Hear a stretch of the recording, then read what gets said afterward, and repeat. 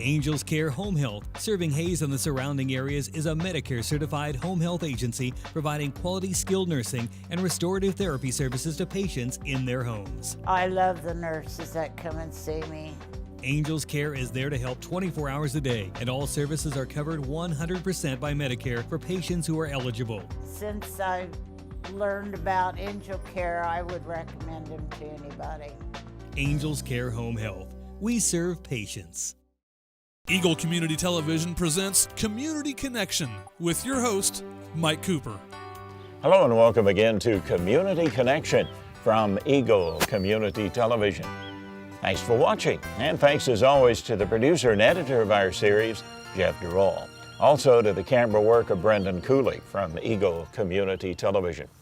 We're at historic Fort Hayes on the campus 183 bypass in Hayes for the Sesquicentennial, 150 years, and the president of the Friends of Historic Fort Hayes, Tatum Kimzey, our community connection. Tatum, how did you get involved with the Friends?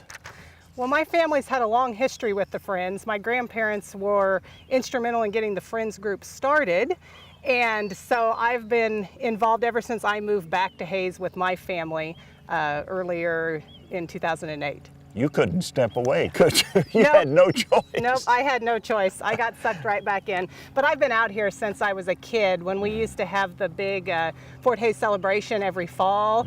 I loved to dress up for that and come out as a kid and help. And so I've grown up here and really enjoyed it. And so now it's my turn to give back and help the Friends organization. It's an amazing place, isn't it? Yes, it's great here. What are some of your memories as a child here or through the years in the association with Historic Fort Hayes?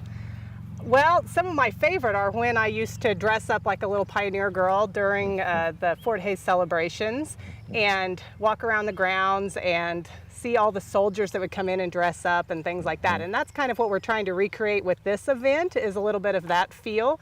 And I remember that one of the things I remember as a kid was the soldiers would reenact things, and they would reenact things like an amputation of a leg. And listening to the soldiers pretend to scream like that as a kid really leaves a memory in your mind. Did you spend some Christmases out here for the Christmas celebrations? Yes, yep, for the Christmas Pass that we do every year. I had been out here for that too. Tell me about the events. Let's start with the ones that have already occurred, because actually there have already been some events in association with the 150th celebration. Yes, we've tried to make this whole year a celebration of 150 years of Fort Hayes. We started in January, which is when our annual meeting is for the Friends group. And we had Dr. Leo Oliva come in and talk about the Hancock expedition, which happened in 1867. And so he gave a presentation on that during our annual meeting.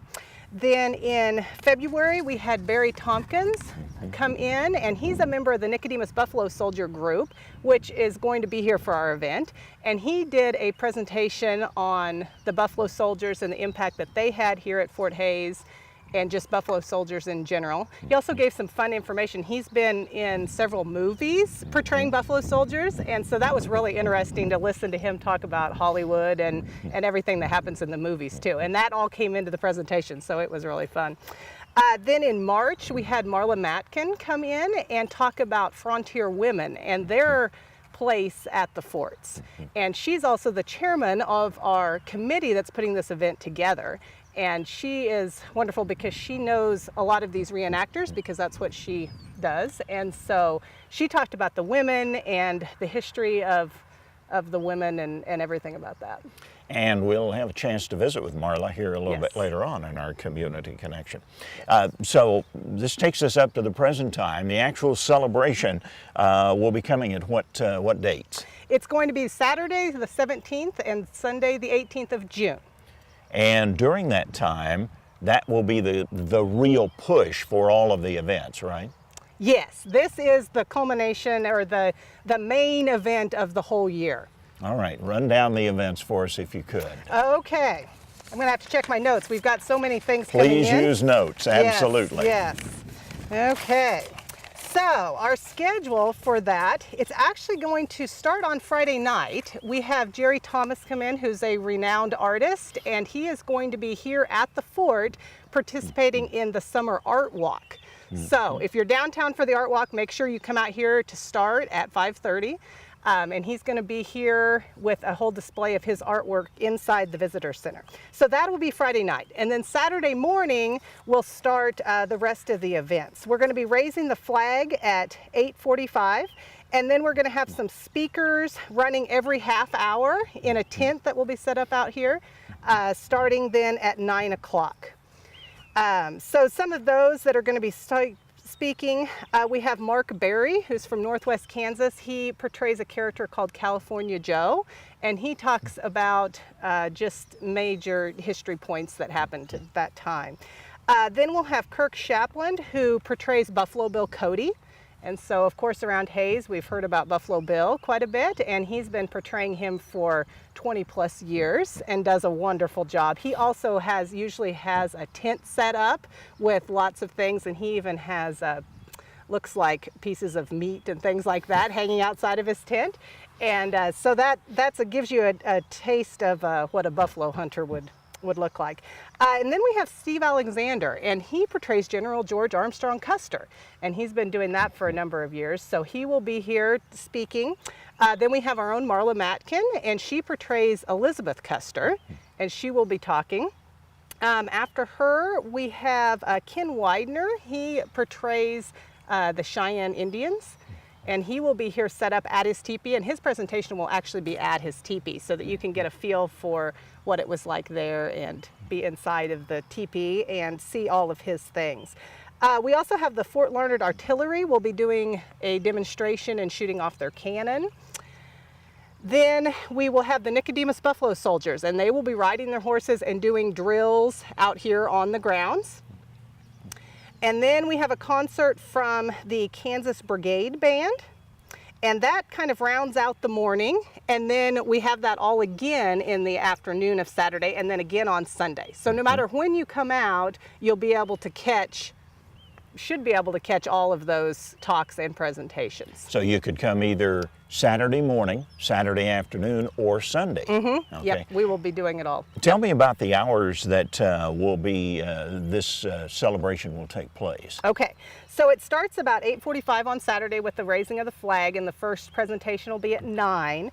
Then we close that day, and this is the actually at 5 o'clock there will be a play being put on, and that's a one-time thing for the weekend. So the play is called Fate Worse Than Death, or Saints, Sinners, and Scouts, and it's a bit of a comedy type play set in that time. An old-fashioned melodrama yes, there. Yes, huh? Absolutely, and that should be great. So that will be at 5 o'clock, and then at 6 we will have retreat and lowering the flag. So that'll be Saturdays, and then Sunday we start off again at 9:30 with raising of the flag. We're going to have an old-fashioned church service at 10. And then to close out that day at 2:15, we're going to have Custer and the cavalry do a ride out of the grounds. Wow. So all those events taking place June 17 and 18 Yes. at historic Fort Hays. Now let's talk about the Friends for a little bit if we could, Tatum. Tell me about Friends membership. Who can join, costs, activities, commitment time-wise, that type thing? Okay, absolutely. Anybody can join the Friends. We are a group that our place is to support the fort. The fort is a state-run historic site, but our job is to support events that go on by putting them on and some financial contributions. So anybody can join. There is levels of membership from student, which I believe is about $15, to individual, families, and business. You can also get a lifetime membership. And some of the things that we do every year. So this year is a big year, and we've been working for a long time to get this event put together. But we have our annual meeting every year, which we always bring in a speaker for that. And then in October, we do graveside conversations around Halloween. And then every year, one of the biggest things out here is Christmas Past, and it's always the first weekend in December on the Friday and Saturday evenings, and there are reenactors out here set up, and families love to come through, and I know we use it as kind of the way we kick off our holiday season in our family. I know people talk about Christmas past through the generations, I think, as long as it's been a part. What about cost to become a Friends member? You've got different levels of membership that can be used. And activity-wise, as far as age groups, what age groups generally could become Friends members? Absolutely any age group. There isn't any set on anything. There is family memberships, which are $20. Businesses are only $30. And if you want to become a lifetime member, it's $250. What you get with your membership is you get, we put out a newsletter 4 times a year, and that has great historical articles in it, along with whatever's going on with the Friends group. And some of our friends are also volunteers out here, but you don't have to be in order to be a part of the Friends group. The volunteer hours can be totally separate from that. So there's people that don't necessarily live here that are part of our Friends group just because they want to support the fort. And then there's friends that are out here and have thousands of volunteer hours built up as well. So anybody that wants to support the fort can become a member of the Friends organization. Finally, Tatum, in our last couple of minutes, why are the Friends important to the fort? Well, the Friends are really important because we're the ones that help put on a lot of the events out here. So, of course, state funding, as everywhere, has dropped, and they're no longer able to support a lot of the events that they once did out here. So that's kind of fallen to us. And so we're the ones that help the site director out here and stuff put on the events. Now, how many members approximately of Friends?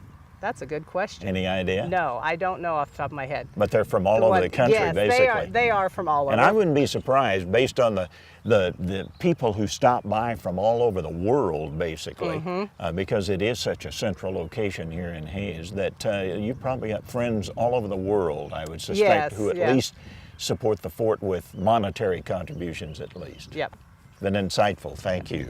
Tatum Kimzey, President of the Friends of Historic Fort Hayes, our community connection. Angels Care Home Health, serving Hayes and the surrounding areas, is a Medicare-certified home health agency providing quality skilled nursing and restorative therapy services to patients in their homes. I love the nurses that come and see me. Angels Care is there to help 24 hours a day, and all services are covered 100% by Medicare for patients who are eligible. Since I learned about Angel Care, I would recommend them to anybody. Angels Care Home Health. We serve patients. Hello and welcome again to Community Connection from Eagle Community Television. Thanks for watching. Thanks as always to the producer and editor of our series, Jeff Durall, and to the camera work of Brandon Cooley from Eagle Community Television. We're at historic Fort Hayes on the 183 bypass for the 150th anniversary celebration, the Sesquicentennial, along with the city of Hayes. Visiting with Marla Matkin, who is chair of the 150th celebration and a living historian. Marla, first of all, quite a job you've undertaken for this big 150th to cover 150 years.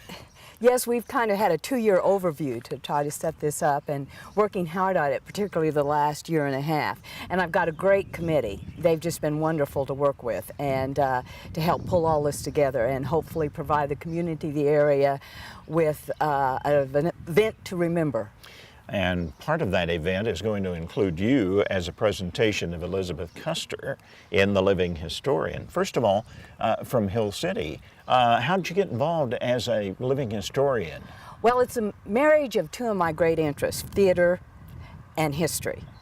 And it's a great way to tell the story. I'm a graduate of Fort Hays State University, so I was exposed to the Custers while on campus a number of years ago. So it is a great way to tell the story of the West, the region, Kansas, you know, and portray. Did you do some history or some theater while you were at Fort Hays? No, actually I didn't. My major is education, but I find this is a great way to use that. It's helped me immensely in putting all this together. Well, it is education. Yes, it is. I always say you hope to inform, inspire, and entertain. Well, and I'm sure that's coming, as a Yes. matter of fact. June 17th and 18th will be the event. Now, you're going to have the presentation as part of a speakers group that's going to take place, right? Correct. We've tried to bring in some of the most renowned first-person presenters. The Custer that we're using, Steve Alexander, is from Monroe, Michigan. He and his wife actually live in Libby Custer's childhood home. And he's been all over the country as General George Armstrong Custer. He and I have worked together as the couple for a number of years now when we have the opportunity. And as I said, Kirk Chaplin is renowned as one of the young Buffalo Bills of the country. And so it's a nice coming together of all of these people. And we'll also have, he's relatively new to the field, but someone as Wild Bill Hickok.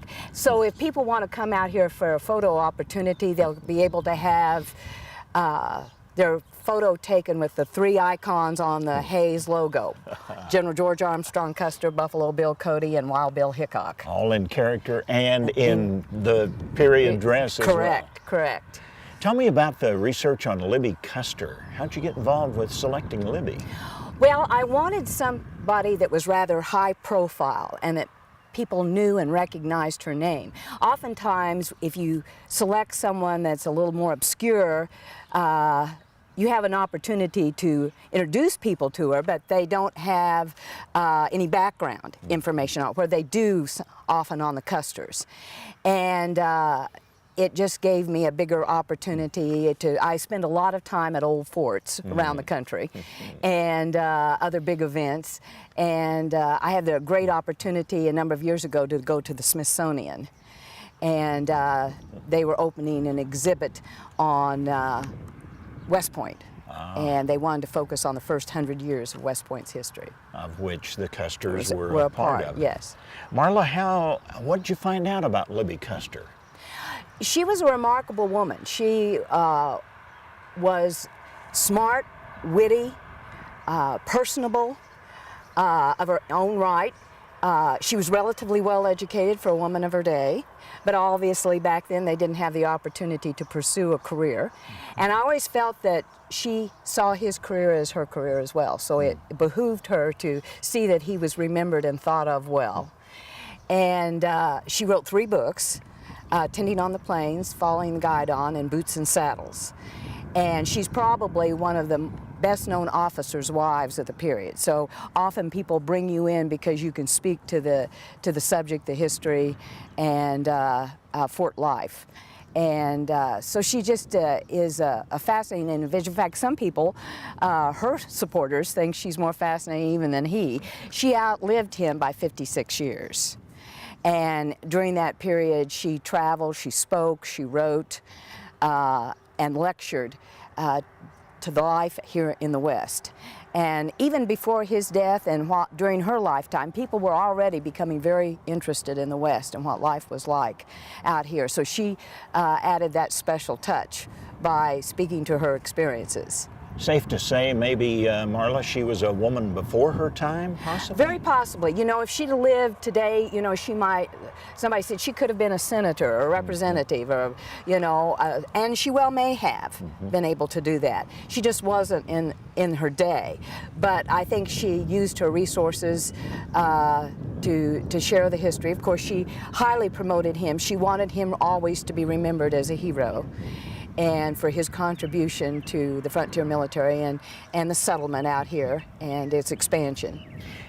Finally, in our last couple of minutes, Marla, would you tell us about some of the other events that are coming up, some of the other things that are happening? Right, alongside the portrayers out here, we're going to have artists. We'll have the artwork of Pete Felton, and Tatum Kimzey mentioned in a previous interview that we will also have Jerry Thomas. He's a renowned Western and wildlife artist, and he will be unveiling, I think for the first time in Kansas, a new painting for which Steve and I posed for, entitled One Perfect Day. And so he has done a lot of frontier, particularly fort artwork, and we're very lucky and grateful to have him out here, and he'll be a part of the summer art walk on Friday night, and then with us the entire rest of the weekend.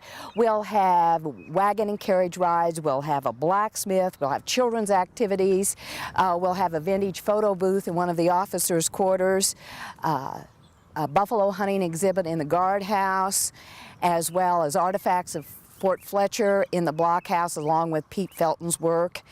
And so we hope to have something new and different in each building along the grounds. And I might mention that all of this is free of charge.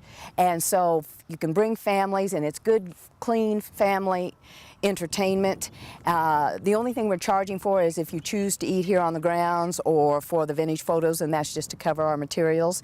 So we want to make this accessible to everybody. Living history and education as well. Yes.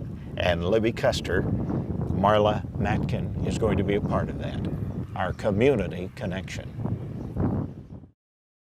Angels Care Home Health, serving Hayes and the surrounding areas, is a Medicare certified home health agency providing quality skilled nursing and restorative therapy services to patients in their homes. My Angel Care physical therapist taught me how to do exercises safely. Angels Care is there to help 24 hours a day, and all services are covered 100% by Medicare for patients who are eligible. It gives us independence in our home. Angels Care Home Health. We serve patients.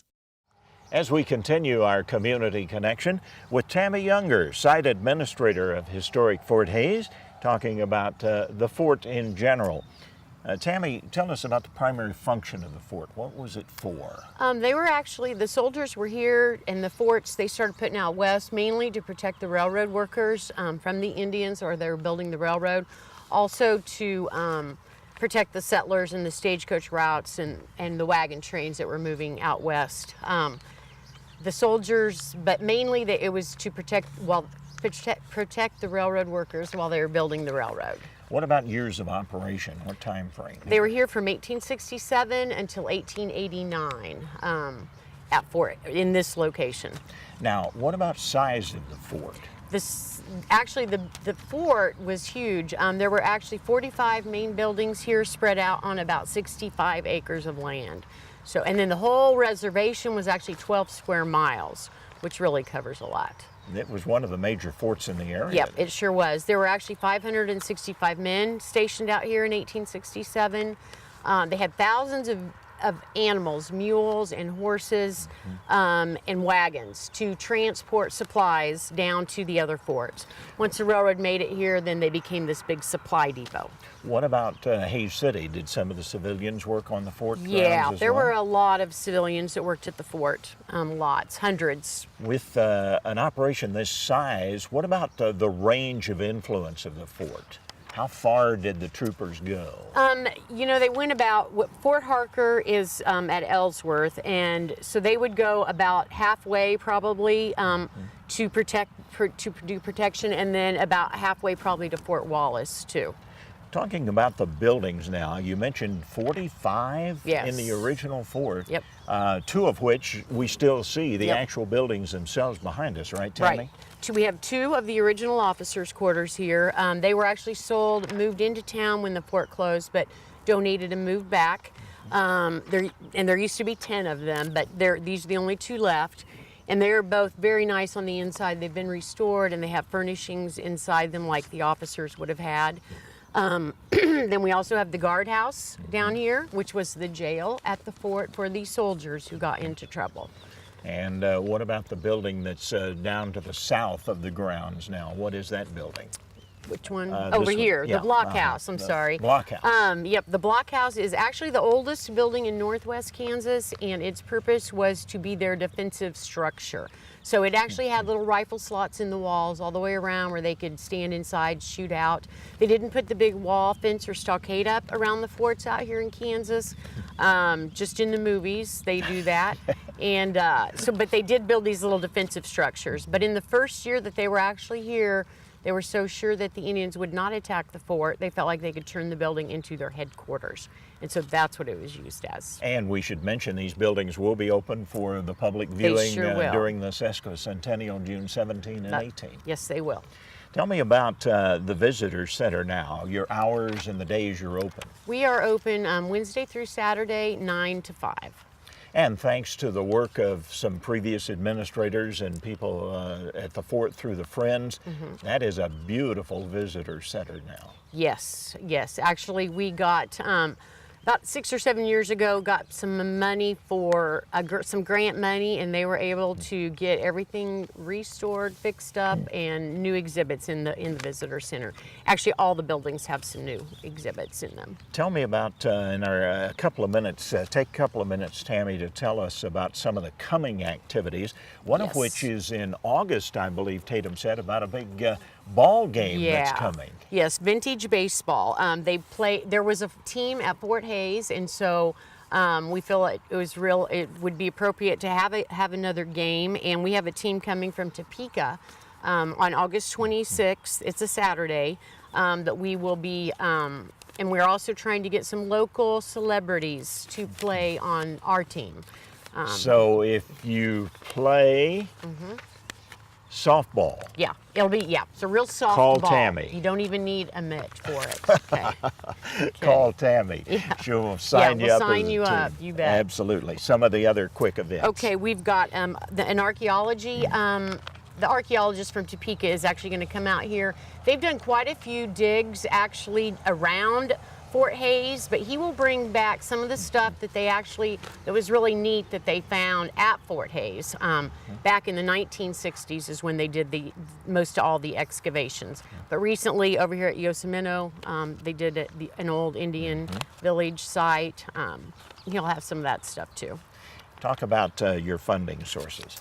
Funding, mainly we are funded by the Kansas State, the state of Kansas. We're part of the Kansas State Historical Society, and they've lost a lot of their budget. The Historical Society, I think that they are operating with 38% of their normal employee volume. Which is actually impacted to a great extent some of the things you can do here in improvements, such as painting the outsides of some of the buildings.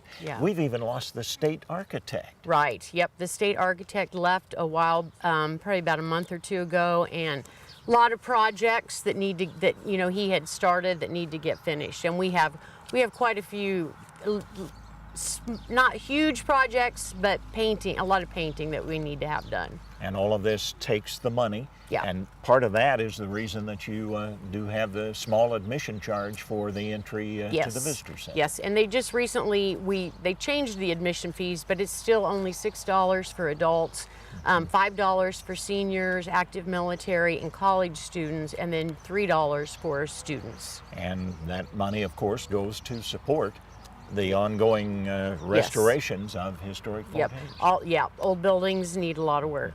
And once again, the visitor center is open what days and what hours? Wednesday through Saturday, 9 to 5. And our site administrator for historic Fort Hays, Tammy Younger, our community connection. Angels Care Home Health, serving Hays and the surrounding areas, is a Medicare-certified home health agency providing quality skilled nursing and restorative therapy services to patients in their homes. My Angel Care physical therapist taught me how to do exercises safely. Angels Care is there to help 24 hours a day, and all services are covered 100% by Medicare for patients who are eligible. It gives us independence in our home. Angels Care Home Health. We serve patients.